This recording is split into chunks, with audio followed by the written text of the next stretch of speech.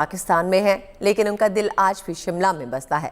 बंटवारे के बाद 91 साल के वो बुजुर्ग कभी शिमला तो नहीं जा पाए, लेकिन फेसबुक और कुछ लोगों की कोशिशों ने कुछ ऐसा किया कि उनके चेहरे पर मुस्कान आ गई। कहते हैं मुल्क भले बदल जाए, बचपन के आंगन नहीं बदलते और यादों के आशियानों के पते नहीं बदलते। सोशल मीडिया के जरिए शिमला के इस घर की तस्वीरें सरहद पार पहुंची तो बरसों पुरानी यादों के मुल्क के फासले मिट गए।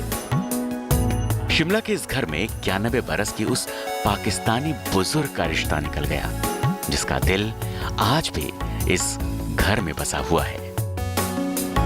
कुछ वक्त पहले फेसबुक के एक पेज पर किसी ने शिमला के इस घर की तस्वीर पोस्ट की थी। जैसे ही यह तस्वीर पाकिस्तान में रहने वाली सलीम कुरैशी तक पहुंची, वो घर को पहचान गए और उन्होंने इसी घर में खींची गई बचपन की एक तस्वीर साझा कर दी। बचपन की इस तस्वीर में न केवल शिमला की वादियां थी, बल्कि 91 साल के सलीम कुरैशी की तमाम यादें भी थी। फेसबुक पर इस तस्वीर को देखने के बाद यादों से यादों की मुलाकात कराने की पहल शुरू हुई। शिमला के रहने वाले मोहित बग्गा ने तस्वीर में दिख रहा वो घर खोज निकाला और इस घर पर आकर उन्होंने सलीम को वीडियो कॉल किया, उन्हें उनका बचपन का घर दिखाया और तो और वो वादियां भी दिखाएं जहां 14 साल की उम्र में सलीम कुरैशी खेला कूदा करते थे। सोशल मीडिया एक ऐसा प्लेटफॉर्म बना जिसने मतलब राइवलरी को एक कहते हैं ना फ्रेंडशिप में कन्वर्ट कर दिया। सोशल मीडिया के थ्रू हम कनेक्ट हुए, सोशल मीडिया के थ्रू हमने उनके घर दिखाए, वो फीलिंग देखी उनकी, वो उनका जॉय देखा, किस तरह से उनकी फीलिंग थी वो अपने घर को देखने की। क्योंकि अगर हमारे को कोई बोल दे कि ऑल ऑफ सडन अपना घर छोड़ के हमें कहीं ऐसी जगह जाना पड़ जाए और हमें 50 साल बाद कोई अपना घर दिखाए, तो वो कहीं ना कहीं फीलिंग हम समझ सकते हैं। जहाँ पे उन्होंने अपनी मेमोरीज पूरा बचपन में स्कूलिंग वगैरह की हो, अपने पेरेंट्स का इतना अच्छा गोल्डन टाइम बिताया हो, तो वो सारी चीज़ मेमोरीज वगैरह फेसबुक और सोशल मीडिया प्लेटफॉर्म्स ने काफ़ी रिवाइव करने में हेल्प की है। सलीम कुरैशी ने न केवल अपने घर को पहचाना, बल्कि उन्होंने चर्च और स्टेट लाइब्रेरी को भी पहचान लिया। सलीम कुरैशी के बचपन के इस घर में अब सुबोध सूद रहते हैं। उन्होंने साल 1956 में ये घर सलीम के पिता से खरीद लिया था। यादों के इस पिटारे के खुलने के बाद सुबोध सूद ने सलीम कुरैशी को शिमला आने का न्योता दिया है। हम 1955 से हम इस घर में रह रहे हैं। उस टाइम मैं 8 मंथ्स का था। तो अभी जो रिसेंटली मोहित बग्गा जी के थ्रू हमारे सोशल मीडिया से जैसे पता लगा, फिर उन्होंने पिक्चर डाली हमारे घर की, फिर हमारे फैमिली मेम्बर्स ने भी उसको फैमिली ग्रुप में डाला। वहाँ से फिर हमारे को पता लगा कि ये जो कुरैशी जी हैं इस घर में रहते थे। फिर उनसे हमारी बातचीत हुई, हमारे को बहुत अच्छा लगा उनसे बात करके। अब वो यहाँ पे नहीं है, पाकिस्तान में है, लेकिन चलो हमारे देशों के जो भी संबंध हैं, लेकिन हमारे आपसी संबंध अच्छे होने चाहिए। 91 साल के सलीम जिंदगी के आखिरी पड़ाव पर हैं। अपने इस घर में आना चाहते हैं। सोशल मीडिया के जरिए वो इस घर को देख भी चुके हैं, लेकिन चाहते हैं कि जिंदगी के 91वें पड़ाव पर वो फिर से शिमला की उन वादियों को महसूस करें जहां उनका बचपन बीता, जहां से उनकी यादों का लंबा सिलसिला जुड़ा है। Bureau report, good news today.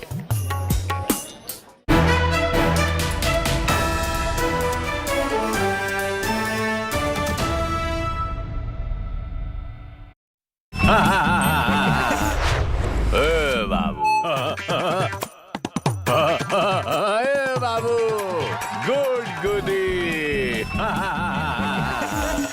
बाबू, हमरे ए बाबू कहने के बाद ये बाबू सोना फेमस हुआ है। ए बाबू क्या है प्यार? प्यार को हो जाने दो। ए सानूदा तुमसे नहीं ना पूछे, मनोज से पूछे। ए मनोज बा, व्हाट इज लव? मोहब्बत। भैया जी, मोहब्बत में अक्सर बवाल होता है। हाँ, तो मेरा फोन बिजी क्यों था? बस यही आपकी भाभी जी का सवाल होता है। और उसके बाद तुम्हारा गाल लाल होता है। एनीवेज, ये बिग बी का कपड़ा का खर्चा ये 10 लाख होता है केबीसी का हर एपिसोड में। मतलब कपड़ा बनाने वाले को भी करोड़पति बना देते हैं। हाँ ट्रू। वैसे इनका एक कैंपेन आया था, उससे हमको अपना प्रेम कहानी का किस्सा याद आता है। 2 पंक्ति के माध्यम से कभी किसान आपको बताएंगे। जब हम उनके घर गए कहने दिल से दिल लगा लो, हम उनके घर गए, कहने दिल से दिल लगा लो। उनकी माँ ने खोला दरवाजा, हमने कहा घबरा के, आंटी जी बच्चों को पोलियो ड्रॉप पिलवा लो। गुड गुडी।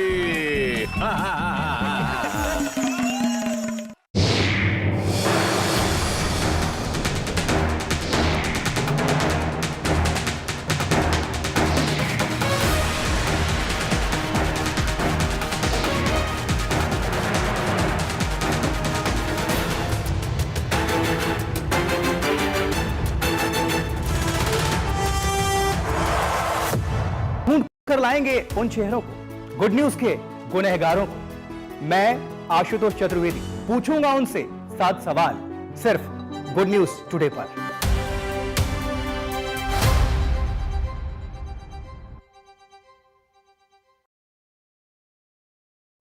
कुछ ऐसी खबरें जिनके पीछे छिपी हो गुड न्यूज और जो बदल दे आपका नजरिया। हम लेकर आएंगे ऐसी खबरें, अच्छी खबर, सच्ची खबर, हर रोज रात 8 बजे GNT पर।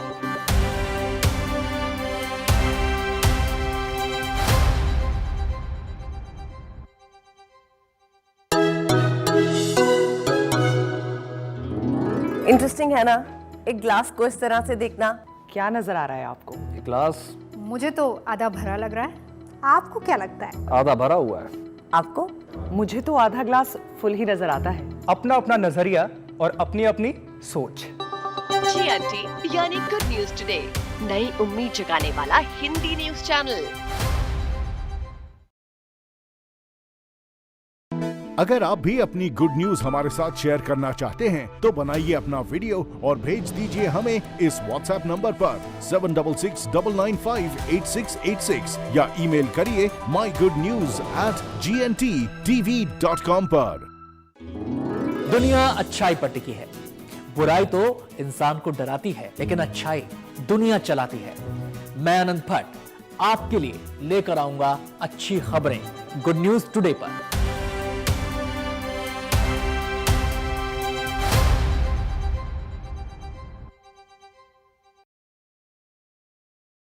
मुझे तकरीबन 21 साल हो गए पत्रकारिता करते। खबरों को समझना और उनको समझाना मुझे बहुत अच्छा लगता है। तो कुछ ऐसी खबरें समझेंगे और आपको समझाएंगे। देखिए मेरे यानी नवजोत रंधावा के साथ गुड न्यूज टुडे में।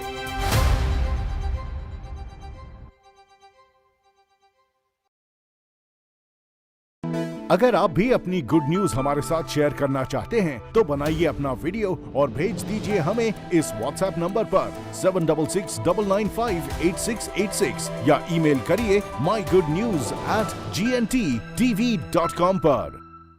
अगर आप भी अपनी गुड न्यूज हमारे साथ शेयर करना चाहते हैं तो बनाइए अपना वीडियो और भेज दीजिए हमें इस WhatsApp नंबर पर 7669958686 या ईमेल करिए mygoodnews@gntv.com पर। कौन है वो जो न्यूज को गुड न्यूज नहीं बनने देते? कौन है वो जो आपके चेहरे की मुस्कान को चुराते हैं? कौन है वो जो उपलब्धियों पर जश्न नहीं मनाते हैं? हम ढूंढ कर लाएंगे उन चेहरों को, गुड न्यूज के गुनहगारों को। मैं आशुतोष चतुर्वेदी पूछूंगा उनसे 7 सवाल, सिर्फ गुड न्यूज टुडे पर।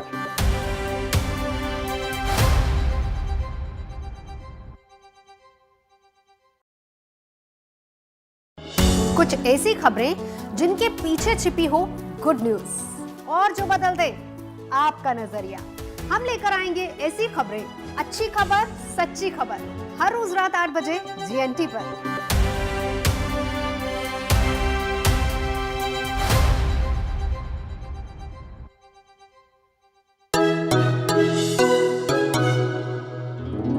इंटरेस्टिंग है ना, एक ग्लास को इस तरह से देखना।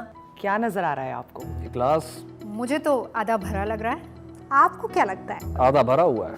आपको? मुझे तो आधा ग्लास फुल ही नजर आता है। अपना अपना नजरिया और अपनी अपनी सोच।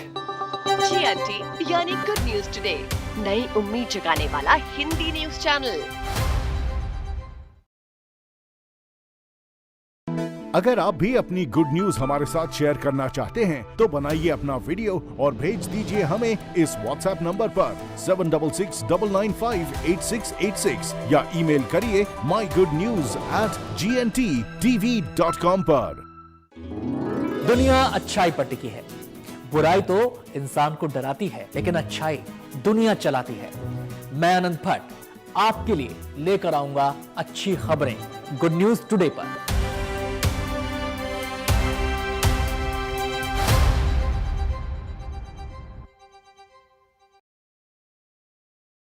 मुझे तकरीबन 21 साल हो गए पत्रकारिता करते। खबरों को समझना और उनको समझाना मुझे बहुत अच्छा लगता है। तो कुछ ऐसी खबरें समझेंगे और आपको समझाएंगे। देखिए मेरे यानी नवजोत रंधावा के साथ गुड न्यूज टुडे में।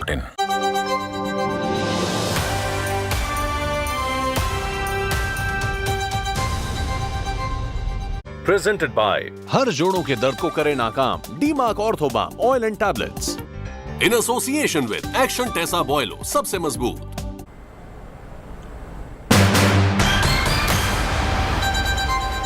संविधान दिवस पर प्रधानमंत्री मोदी का परिवारवाद पर हल्ला बोल, लोकतांत्रिक व्यवस्था के लिए बताया घातक।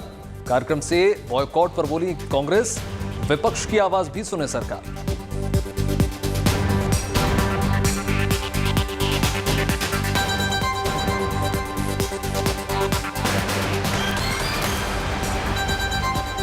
आंदोलन के 1 साल पूरे होने पर दिल्ली बॉर्डर पर जुटे किसान, जश्न के बीच टिकरी बॉर्डर पर महापंचायत। अब एमएसपी पर गारंटी की मांग पर अड़े किसान संगठन।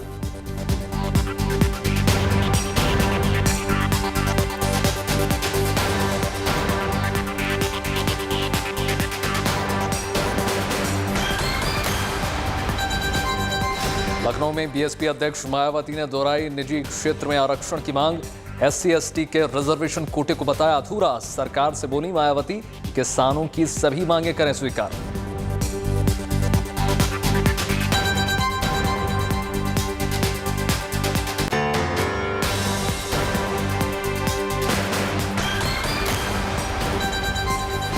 बिहार में नशा मुक्ति पर सख्त, मुख्यमंत्री नीतीश कुमार। राज्य कर्मचारियों को दिलाई शराबबंदी की शपथ। 5 साल में अब तक 9 बार समीक्षा बैठक कर चुकी है राज्य सरकार।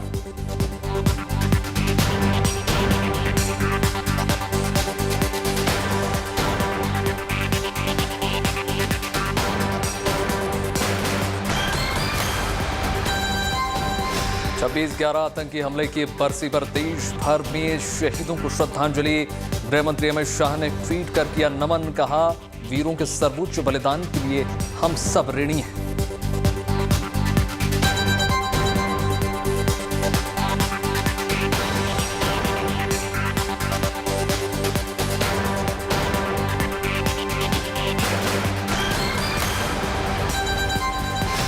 दक्षिण अफ्रीका में मिले कोरोना के नए वेरिएंट से मची खलबली। ब्रिटेन ने 6 अफ्रीकी देशों की उड़ानों से लगाया प्रतिबंध। भारत के कोविड केस में इजाफा।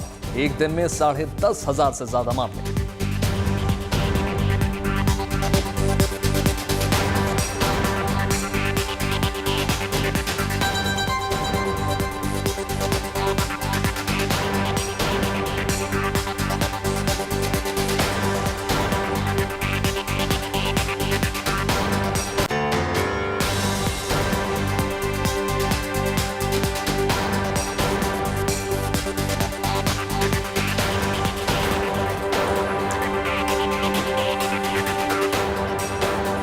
नमस्कार, गुड न्यूज टुडे में आपका स्वागत है। मैं हूं आपके साथ वैभव राज शुक्ला। कोरोना का खतरा अभी टला नहीं है। देश में वैक्सीनेशन की रफ्तार ने कोरोना पर लगाम तो लगाई, लेकिन कोरोना का एक नया वेरिएंट पूरी दुनिया के लिए नई चुनौती लेकर आया है। दक्षिण अफ्रीका में मिली इस वेरिएंट का संक्रमण तेजी से फैलता है और इस पर वैक्सीन भी बेअसर हो रही है। सरकार ने इस नए वेरिएंट के खिलाफ अलर्ट जारी कर दिया है।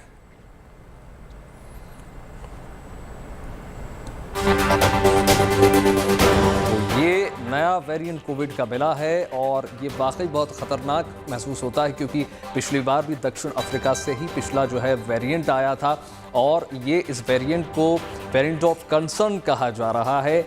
स्वाभाविक सी बात है कि WHO ने भी इस पर तत्काल प्रभाव से मीटिंग की और देखने वाली बात यह है कि ये क्या कितनी तेजी से फैलेगा और क्या पूरे विश्व पटल को अपने संक्रमण पर ले लेगा?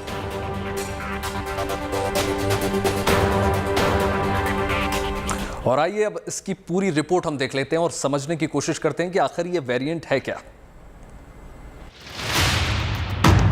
कोरोना से एक बार फिर हो जाइए सावधान। नए वेरिएंट ने कई देशों में मचाया कोहराम। सरकार ने सभी राज्यों को भेजा अलर्ट।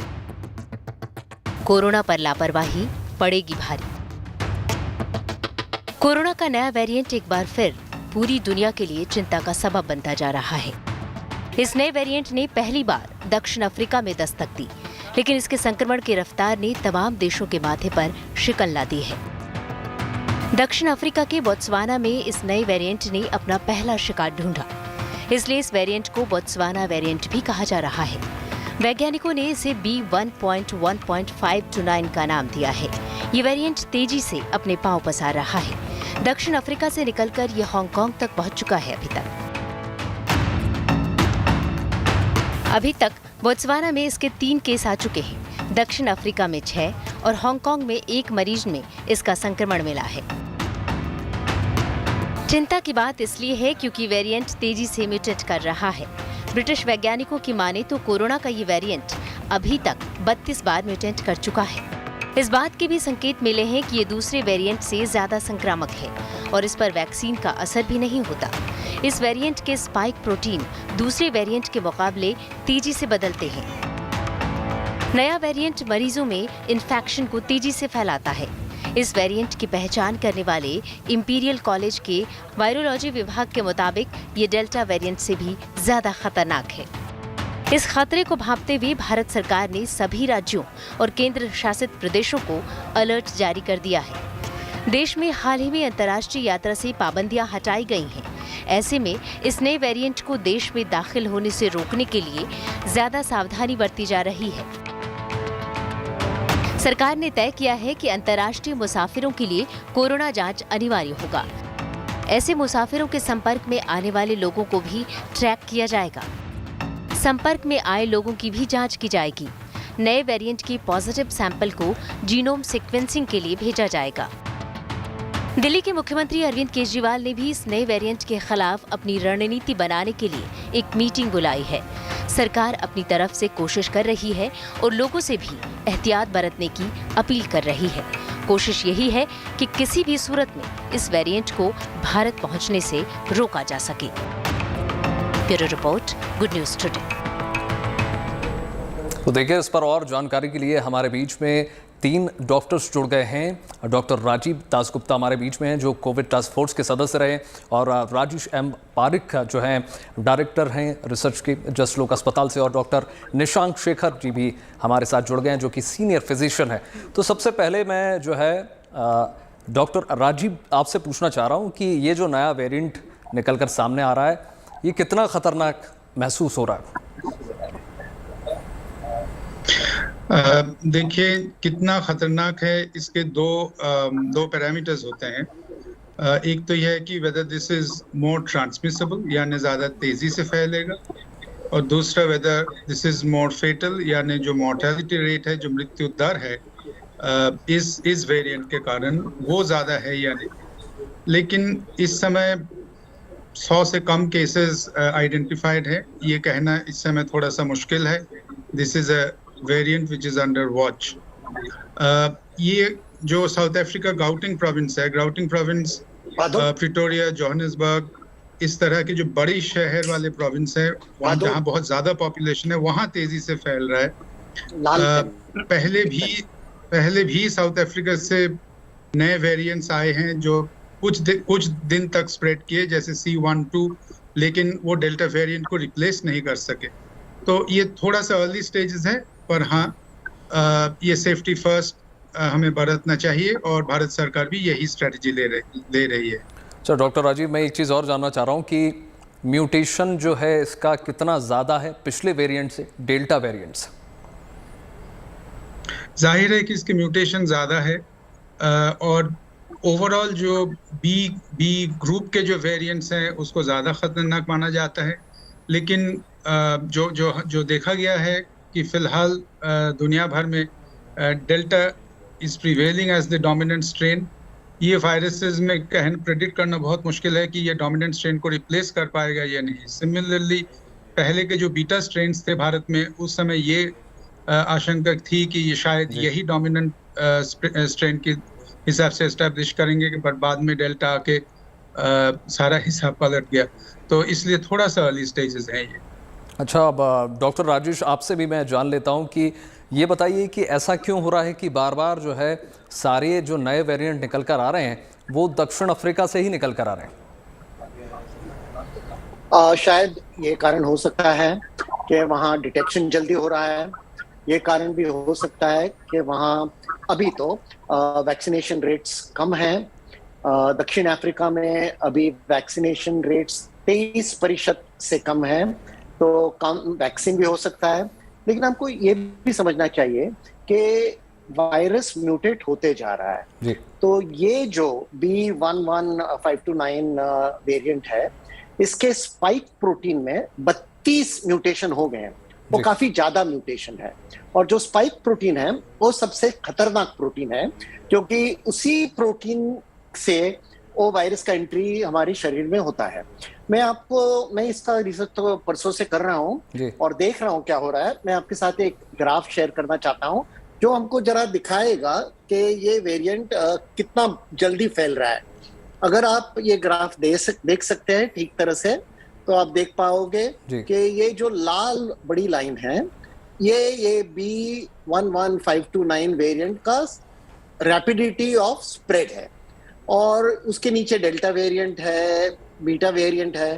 तो हम ये देख पाते हैं कि ये वेरिएंट बहुत ही जल्दी से फैल रहा है, और इसलिए हमको इसके ऊपर ध्यान रखना चाहिए। लेकिन इसकी फेटेलिटी क्या होगी, इसका इन्फेक्टिविटी रेट क्या होगा, वो हम थोड़े समय के बाद जान पाएंगे, क्योंकि ये केसेस अभी काफी कम हैं। एक तो अच्छी बात है कि हमारा ट्रैकिंग इतना जल्दी हो रहा है जी कि जैसे ही ये वेरिएंट निकल रहे हैं हम जल्द से जल्द उसको ट्रैक कर सकते हैं। 1 साल पहले ऐसे नहीं था। 1 साल पहले वेरिएंट आता था, स्प्रेड होता था, और फिर हम थे। लेकिन हमको ये भी नहीं भूलना चाहिए कि अभी भी हम वायरस के 1 कदम पीछे हैं। पहले हम 2 कदम पीछे थे, अभी हम वायरस के 1 कदम पीछे हैं। वेरिएंट्स पहले आते हैं, फिर हम उनको डिटेक्ट करते हैं, फिर हम ऑब्जर्व करते हैं कि ये कितना इन्फेक्शियस है, कितना फेटल है, और सबसे महत्वपूर्ण बात यह है वैभव कि ये हमारे वैक्सीन्स के एंटीबॉडीज को डॉज कर पाएगा कि नहीं। अगर वैक्सीन इसके ऊपर इफेक्टिव रहेंगे तो फिर डरने की इतनी बात नहीं है, लेकिन वो भी हमको थोड़े समय के बाद पता चलेगा। अच्छा डॉक्टर राजेश, आपने ये अभी मेंशन किया कि ये जो नया वेरिएंट है B11529, इसमें जो है 32 से ज़्यादा म्यूटेशन हो चुके हैं। तो जो पिछला जो डेल्टा वेरिएंट था उसमें टोटल कितने म्यूटेंट हुआ था? वो टोटल नंबर में अभी ठीक तरह से आपको बता नहीं सकता हूँ एग्जैक्ट नंबर, लेकिन ये 32 वेरिएंट वैभव सिर्फ एक प्रोटीन में हुए हैं जी। म्यूटेशन जेनेटिक काफी हुए होंगे, लेकिन हमारा ध्यान वो स्पाइक प्रोटीन पे है, क्योंकि वो प्रोटीन है जो एक चाबी के तरह हमारे सेल्स के लॉक को खोल के हमारे शरीर में के अंदर आता है। तो वो सबसे ज्यादा खतरनाक प्रोटीन है, और वो एक प्रोटीन में 32 वेरिएंट हुए हैं, तो इसलिए हमको इसके बारे में काफी फिक्र है। जी जी। और डॉक्टर निशांक, आपसे भी मैं जानने की कोशिश करूंगा कि अगर आप सरल भाषा में समझा सकें हमारे दर्शकों को कि ये जो पूरी प्रक्रिया है म्यूटेशन की, और क्या कुछ हमको सावधानी रखनी है अब, और किस प्रकार से इस चुनौती का सामना करना होगा। जी, ये जो म्यूटेशंस होता है, वो म्यूटेशंस आपका परिवर्तन हुआ फ्रॉम वन वैरायटी, मतलब एक वैरायटी से दूसरे वैरायटी में, वो जीनोमिक जीन लेवल पे होता है। और म्यूटेशंस आरएनए वायरस का एक इनहेरेंट प्रॉपर्टी है, और ऐसे कई म्यूटेंट वैरायटीज ऑफ कंसर्न आए हैं। तो ऐसा जरूरी नहीं, जैसे कि और पैनलिस्ट ने भी कहा, इस बार हम लोग स्लाइटली बेटर प्रिपेयर्ड हैं, क्योंकि पास्ट एक्सपीरियंसेस हमारे साथ हैं एंड रिसेंट पास्ट एक्सपीरियंसेस हैं, और हमने ठीक ठाक फेस किया। उसके अलावा we are vaccinated, 100 crore population अगर वैक्सीनेटेड है, तो अब ये उस वायरस को अगर म्यूटेशंस का कवच मिल रहा है, तो हम लोगों को शायद वैक्सीनेशन का कवच मिल सकता है। और बहुत अर्ली है अभी कहना कि वो म्यूटेंट वैरायटी ऑफ कंसर्न आगे जाके क्या हम लोगों पे कितना असर लाएगा। जनरल प्रिकॉशंस जो हम कोविड में लेते हैं अभी तक और लिए जा रहे हैं वही हमें लेना है, यानी कि मास्क पहनना, सोशल डिस्टेंसिंग रखना, हैंड हाइजीन रखना और अननेसेसरी का क्राउडिंग स्टेट्स में नहीं जाना और कोशिश करना कि क्राउड गैदरिंग कम से कम हो। और गवर्नमेंट के तरफ से कि अगर अफ्रीका में डिटेक्ट हुआ है, हांगकांग तक पहुंच गया है, तो बहुत पॉसिबिलिटी है कि इंडिया में पहुंच जाएगा बिकॉज ऑफ द जो ट्रैफिक एयर ट्रैफिक्स है। तो गवर्नमेंट अगर कोशिश करे कि इंटरनेशनल ट्रैवल्स को, जैसे ऑलरेडी नोटिफिकेशंस में आ गया है, केयरफुली प्लान करें और जहां नहीं जाना है वहां रोक दे, टोटली सील कर दे बॉर्डर्स, तो शायद हम बेटर वे में इस वेरिएंट से फाइट कर पाएंगे।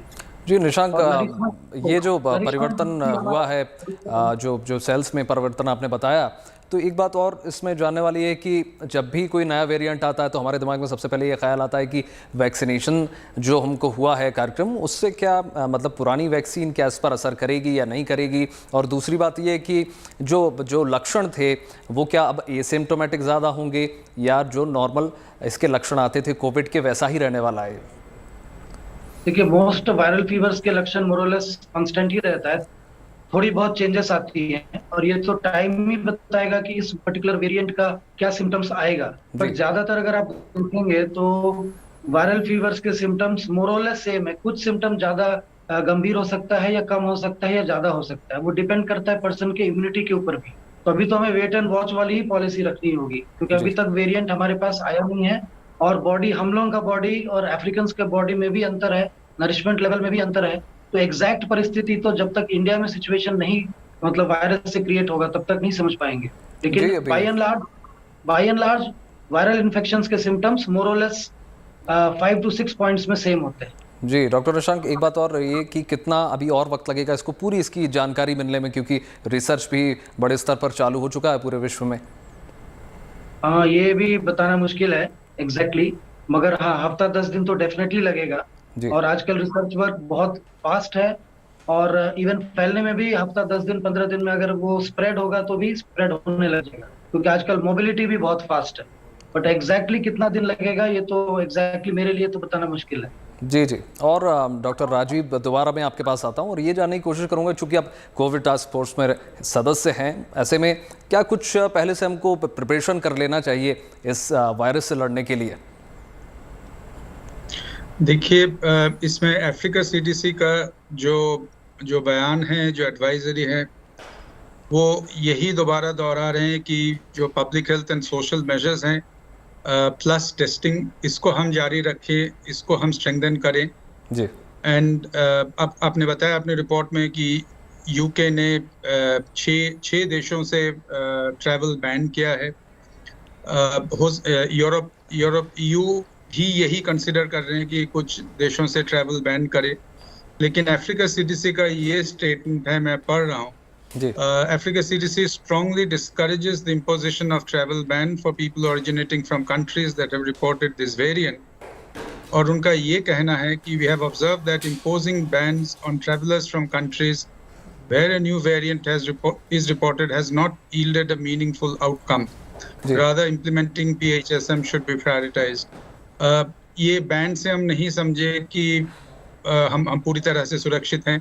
तो जो एग्जिस्टिंग मेजर्स हैं, जो टेस्टिंग है, टेस्टिंग इस समय काफ़ी घट चुका है। कल भी जो केंद्रीय स्वास्थ्य मंत्रक हैं, इन्होंने सारी राज्यों को चेतावनी दी है कि टेस्टिंग कम हो चुका है, टेस्टिंग हम बढ़ाएं। We have to encourage more testing and people even with mild symptoms भी टेस्टिंग करें।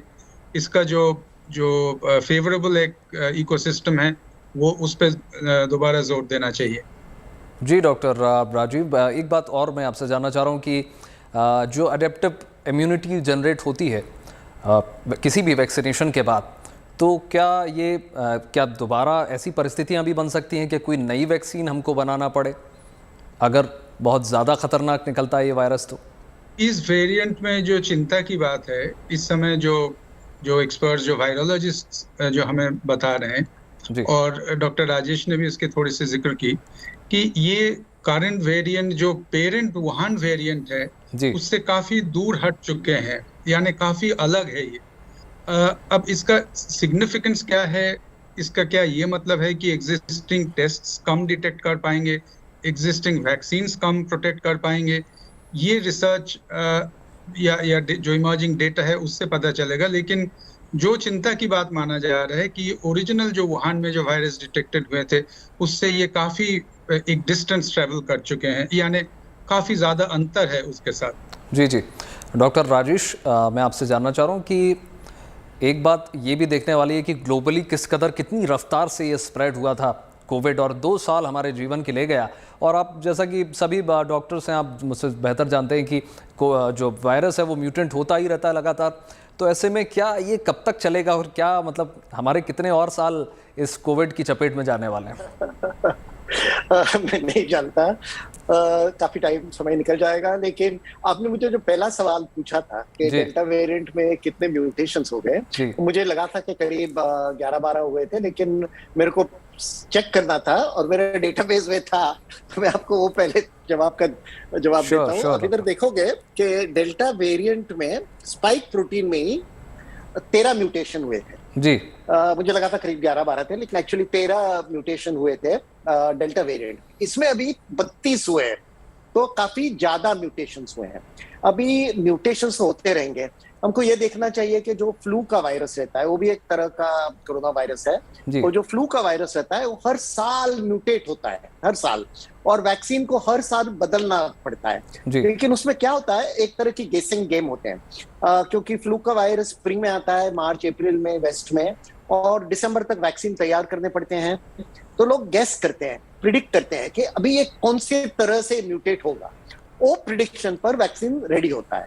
और ज्यादा करके साइंस इतना बड़ा है कि हम अगले साल का प्रिडिक्शन कर सकते हैं विंटर में ही। 2 बार एक्चुअली गलत हुआ था, लेकिन ज्यादा करके वो सही रहता है।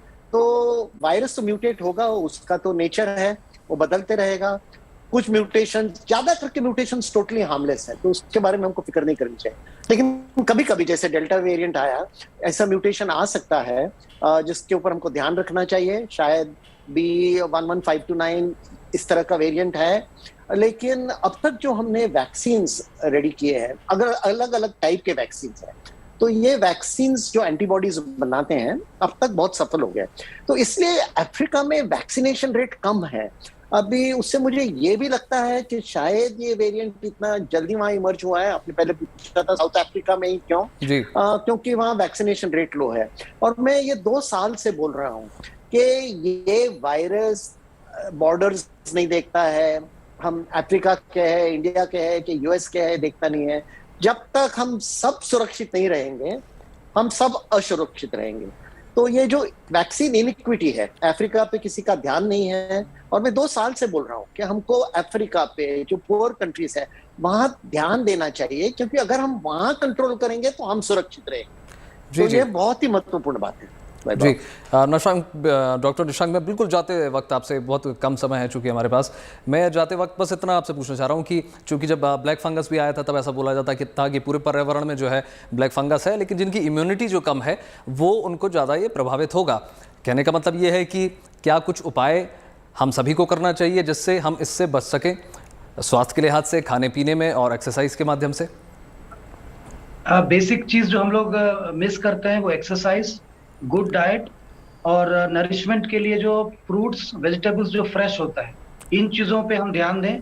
और अगर हमको कोई बीमारी पहले से है, यानी कि sugar, blood pressure, cardiac problems, kidney, इन चीजों को डॉक्टरी सलाह के अनुसार जो भी ट्रीटमेंट है और जो भी लेवल कंट्रोल का है उसको रखें। आई थिंक अगर इतना कर लें और अननेसेसरी पैनिक ना हो और वेट एंड वॉच करें, क्योंकि हर कोविड म्यूटेशन जरूरी नहीं है कि उतना ही डेंजरस हो, और all the more because we are vaccinated.